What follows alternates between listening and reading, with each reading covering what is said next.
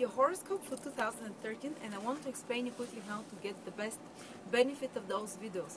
I want you always to check the prediction from your ascendant sign. It's not the same as your sun sign. If you can find your ascendant sign by going to my website astrolada.com, where I have a birth chart calculator, and you need to know the exact time of your birth, because this is the most precise prediction for you. This is the real sign that you have, actually, the ascendant sign. And if you know your time of your birth, enter all the details and go below the table, which will show what the degree and the sign of your ascendant is. Mark them down and listen to the whole prediction for your ascendant sign. Also listen to the prediction of the sun and moon sign. You know your sun sign, everyone knows their sun sign. If you're born in April, you're Aries. If you're born in December, you're usually Sagittarius. And the moon sign, which is very personal, it can give you great insight and depth about what is happening psychologically and emotionally within yourself. For some women, the moon horoscope will be much more precise. For men, sometimes the sun sign will be more precise, but always the ascendant sign will be very precise for everyone.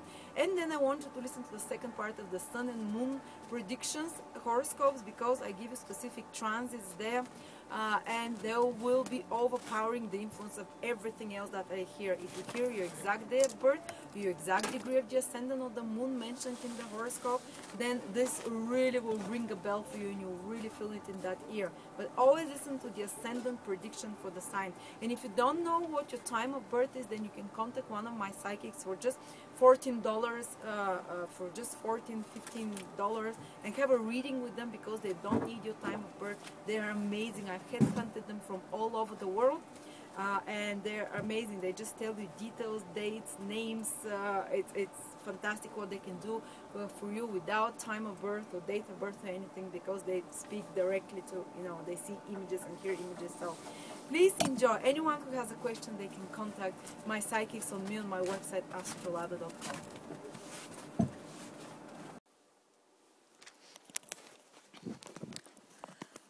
Virgo 2013. What are the tendencies for you, Virgo? Whether your ascendant, sun or moon is in Virgo, but particularly always the ascendant is very important. And the big hand of the clock, the astrological clock, is the planet Saturn. And the planet Saturn for the next year, 2013, and in 2014, is standing in your third house, which is a great place for Saturn, because it's a cruel planet, it's a testing planet. It wants to push us harder, it wants to give us lessons the difficult way, wherever it is. And the third house is called the difficult house in astrology, because it's the house of all the things that we're afraid to usually do, all the things that are usually difficult to do, like learning to play an instrument, like learning a new language, like starting something. Is the house of self-initiative, is the house of starting something. Everything, especially which requires knowledge and technical background and skills, is what the third house represents. And we need the difficult planets like Saturn to push us, to discipline us into starting something that requires difficulty. So during this next year, and 2014, it will be very likely that a lot of you finally get the courage to learn something new. Maybe to learn to drive. Saturn is affecting my third house, so I've been learning to drive at the age of 30, and I never had the courage before to do it, or the drive to do it. And Saturn will give you the self-discipline and the drive and the courage to learn something new and difficult, maybe to improve your knowledge, to start a new course, to learn a language, to learn any kind of thing which is about learning new skill is Saturn. And also people who are trying to initiate something like a business, which requires courage, which requires self-initiative, Saturn will help you. Saturn will give you a push and a drive. But Saturn never does it by inspiration. Saturn always does it by making you feel uncomfortable, and you feel like it's the time and you have to do it, and you become very hard on yourself, and you become very dissatisfied with your own fears and inhibitions. And that's why Saturn pushes you. You feel the fear, but you do it anyway. If it was Jupiter doing it, which is the small hand of the astrological clock, it would do it through inspiration. So you'd feel like, oh, I'll learn something new, I'm so excited. When it's Saturn, you push yourself into it, or circumstances push you into it to learn something new. Third house is also the house of the mind, how you think. And Saturn lowers vibrations. It's a hefty, cruel planet, as we said. So the person can become, especially if your ascendant is in Virgo, within the next 1-2 years, 2013, 14, much more serious in your thinking. You're no longer communications, and it's no longer frivolity for you. You don't want to sit around and talk superficial things and just communicate about things like gossip or whatever. You just want something meaningful, deep conversation, or you don't want to spend your time just like to chat around away at coffee bars, or to just do random connections, random correspondence with people just for enjoyment. You actually want to do it for some constructive reason. So unless the conversations are important, they're productive in some way for your career, they're in some way structural, you're learning something new, you're in some way being, as I said, constructive and productive with your communications, interactions, and the time you spend communicating with others, you would not feel like doing it unless it's something important, unless it's something that leads to work, that leads to learning something new. So deepening of the communications, the seriousness of the mind. The mind becomes more introverted, more serious. It just wants to improve itself by learning new skills, by more serious thought. And in the worst case scenario, it can even lead to depression. Some people who are more sensitive to Saturn, it might lower the vibration of a thinking and just bring to you more negative thoughts, like self-judgmental, critical, or like, oh, doom and gloom, I'm never going to be good enough, or, but usually it's at the beginning of the transit. For some people it will be 2013, for some 2014, for everyone is different. If you want to know exactly when this process will be happening, you need to know your exact transits, which you can find out at my website, astrolada.com. But this is what Saturn in the third house does. Third house also rules siblings and relatives, and basically relationships with friends, and not like very near and dear friends, but more like the people that you communicate with. And this can bring some difficulties in the life of your siblings. Saturn passing there can indicate some hard times in the life of your siblings, or in your relationship with siblings or relatives. And also your associate and teammates. There might be some difficulties coming through teammates, but also it's a good period to do a lot of serious work with teammates, not only for playing around and fooling around and having full fun with associates. It's much more, and people that you communicate, it's about getting something productive and serious together, which Saturn can help you do. So Saturn in the third house helps you become more courageous to do the difficult things that you need to do in your life, that you haven't had the courage to do, to be self-starting. So it's a good position for Saturn. And in the worst case scenario, a bit of negativity in your thinking, and feeling a bit less confident in your thought. And third house is also short travel, so Saturn day is not particularly great for your movement and traveling, and can be restricted when Saturn is in the third house. So if you've been traveling a lot till now, maybe it gets restricted. Your ability to travel gets restricted. Your ability to move around gets restricted, unless it's something movement and travel to do with work, because Saturn represents responsibilities and work. And Jupiter is in your 10th house, Virgo, especially Virgo ascendant, till the middle of 2013. So it's a great period, once in 12 years, to upgrade your career, to receive more status, to receive more recognition, to receive a new job, to receive a promotion, to perform quite well, to perform a job, to start your own business as well. You see how both planets, the smaller hand of the astrological clock is Jupiter, which shows where there is growth and opportunity, and Saturn shows where you have to push harder yourself to make things happen, and where we have more difficulties. But they're both kind of predisposing for new beginnings and new starts, especially when it comes to self-starting, or maybe even a career start, a new career in some direction, or some new project if you want to launch your own business as well. This combination of the astrological clocks is very auspicious if your ascendant is Virgo. Not so much for the sun and the moon in Virgo, but definitely for the ascendant.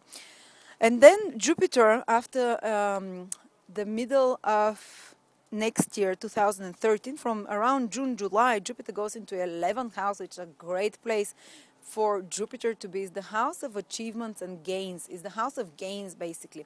So people who have their own business, it becomes more profitable for them. They can have improvement of the salary, they can have a bonus. It's just gainfulness, like it's more likely for you to gain something. Also, an 11th house rules hopes and wishes, your long-term hopes and wishes, and Jupiter will help you basically when it's in the 11th house once in 12 years the second part of 2013 will help you move a few steps closer to achieving your dreams, to those long desired plans that you have ahead for yourself. Jupiter will bring some opportunity or maybe some people that help in that direction. 11th house rules our friends as well.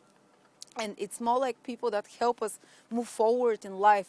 Well-meaners, benefic people, like people that protect us in some way, that take us under their wing, that introduce us to someone who somehow forwards our plans for the future. So these are the benevolent friends, and Jupiter there guarantees that you will expand your circle, that you will expand the circle of maybe more influential people, or people that help you in some way move forward with your projects and long-term goals. And also, if you're invited to some social do from the second part of 2013, or invited to become a member of a group, or invited to go together with the bigger groups of people somewhere, like-minded people, whether it's to join any kind of place where people get together, political party or social or humanitarian organization, or some kind of organization where people get together for the same thing, you will benefit from that. There will be a growth in your life. There is a possibility that something happens in this place which forwards your life further and helps your head. But definitely there is an expansion of help coming from other people to you, growth in gainfulness from the second part of 2013, growth in your goals and wishes. You become more idealistic, and you start believing more into the future when Jupiter is in the 11th house, because your goals and hopes are more uplifted somehow. And you get a step closer to these. So friendships improvement in the second part of 2013, meeting new people who help you, meeting new people to expand your social circle, even reaching to the higher steps of society, being recognized. Titles and honors is 11th house as well in astrology. So you can gain maybe a PhD, or maybe a new title to your career, maybe from director becoming a senior director, some recognition from society, and society giving you back recognition for what you've done. As I said, it's all about gainfulness. The 11th house is a great house. It's also 11th house is money coming from the government, because the institutions is 10th house, and 11th house is money or presence coming from the king or from the government. So some of you who are relying on benefits, they can get some help from institutions, they can get some help from government. If they're trying to apply for some help from organizations and institutions, it can give results for them the second part of 2013 and first part of 2014. And I just want to give you a few important degrees. Those of you who have their ascendant and moon from 1 to 6 degrees in Virgo, and those of you who are born with the sun in the same degrees from 1 to 6 degrees in Virgo, which means they are born from the 25th to around the 29th of August, you're having Neptune influence the whole 2013, and this Neptune influence happens once in 70 years. It's a super rare transit, once in a lifetime transit, and it's long, like 2 years. It takes 2 years for this process to complete. So you've been feeling probably 2012, you'll be feeling 2013 and part of 2014 even. But Neptune is a planet which dissolves the ego. It brings a lot of longing. So a person starts becoming kind of dissatisfied often, and there is a feeling of longing. A lot of longing and yearning. It might be, if it's the ascendant of the moon, this can be learning to do with love and relationships, that you feel dissatisfied in the current state of affairs and you want something bigger and better. Neptune makes you long for something more divine, more refined, more spiritual, more soul, more for the soul. But usually the world, it's material and cannot give us the same kind of spirit, this utopia and dream that we have and longing. It cannot satisfy to the same refined level as we start dreaming about when Neptune is around. So people kind of have usually unfulfilled longings, or kind of a platonic love, or just dreaming of someone who cannot have, or even affairs. It's very likely when Neptune is around to fall in love in a relationship which is not very productive for the person, basically, where one is the victim or one is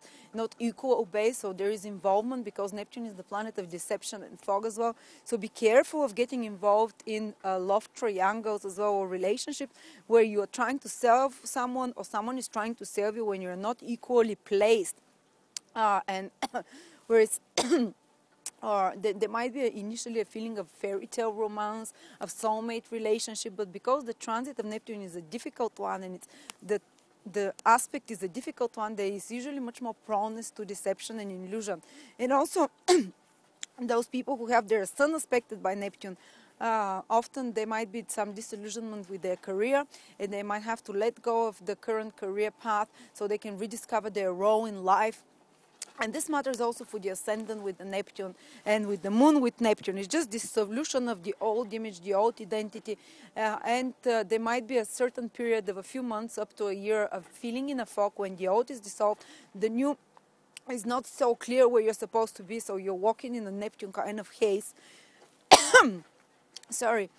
Till eventually, Neptune moves away and you become more clear, and kind of discipline and self-strength is a bit more dissolved during this period of Neptune. So you might find yourself being more disorganized or more confused or more prone to addictions, more prone to just drifting away, more prone into fantasizing, more prone into escaping reality, escapism through drinking, reading, watching TV, smoking, whatever you're doing, but there is this tendency. And a tendency also to fall in love very deeply, kind of a unconsolably, almost sometimes unrequited loves happen when Neptune is around, or when the love happens, there might be something delusional about it, something not so, clear about it, that you don't get the full thing. There is still some longing there. There is a feeling of strong soulmateship, and you're very sensitive, and you're very needful of soul connection, but it's not fully there because of the difficult transit of Neptune. Or it's kind of elusive, it kind of undermines you in some way.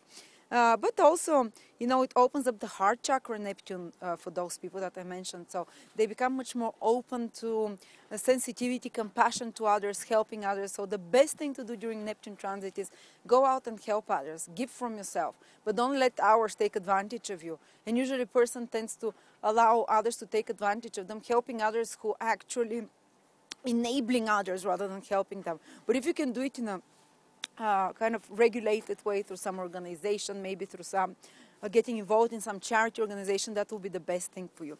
So thank you so much, Virgo, and please write to us.